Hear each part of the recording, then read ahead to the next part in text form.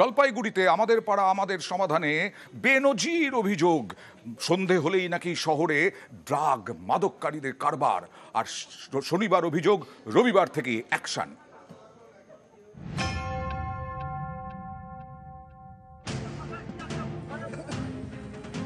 লাঠি হাতে দিনরাত পাহারা, চলছে ধরপাকড়, ভাঙা হলো দুই মাদক বিক্রেতার বাড়ি। আমাদের পাড়া আমাদের সমাধান শিবিরে সাধারণত জল, রাস্তা, নিকাশি নিয়ে নানা অভিযোগ জমা পড়ে, কিন্তু শনিবার জলপাইগুড়িতে বেনজিরভাবে অভিযোগ জানানো হয় ড্রাগের রমরমা নিয়ে। সন্ধে হলে পাড়ায় বসছে ড্রাগের আসর, রমরমিয়ে চলছে মাদকের কারবার। আমাদের পাড়া আমাদের সমাধান শিবিরে এই অভিযোগ জানানোর পরেই পুরপ্রধান স্থানীয়দের নিয়ে যান থানায়। কোতোয়ালি থানায় লিখিত অভিযোগ জানানো হয়, এর পরদিনই অ্যাকশন। রবিবার লাঠি হাতে রাস্তায় বের হন স্থানীয়রা, কেউ ড্রাগ কিনতে এলে ধরপাকড়।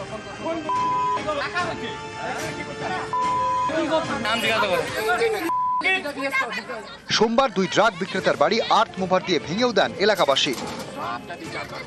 সবাই মিলে ওর বাড়িটাকে ভাঙা হলো।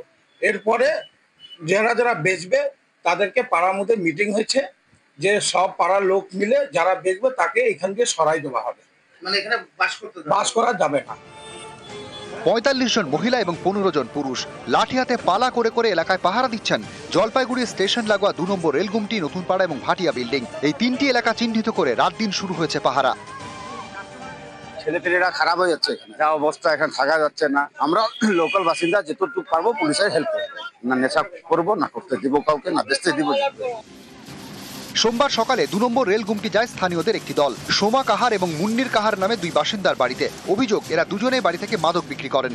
সোমা ও মুন্নি কেউ এলাকায় ছিলেন না। এদিন তাদের বাড়ি আর্থ মুভার দিয়ে ভেঙে দেন স্থানীয়রা। মুন্নি ও সোমার বাড়ির সামনে থেকে কয়েকজনকে ধরেও ফেলেন স্থানীয়রা। তাদের দাবি, প্রত্যেকেই ড্রাগ কিনতে এসেছিলেন। ক্রেতা হোক বা বিক্রেতা হোক, যারা কিনতে আসছে বা বিক্রি করতে আসছে, যদি আমরা হাতে নাতে ধরি, বাড়ি ঘর ভেঙে উচ্ছেদ করে দেবো, আর যে কাস্টমার যারা তাকে ধরে আমি আটকে থানায় দিয়ে আসবো।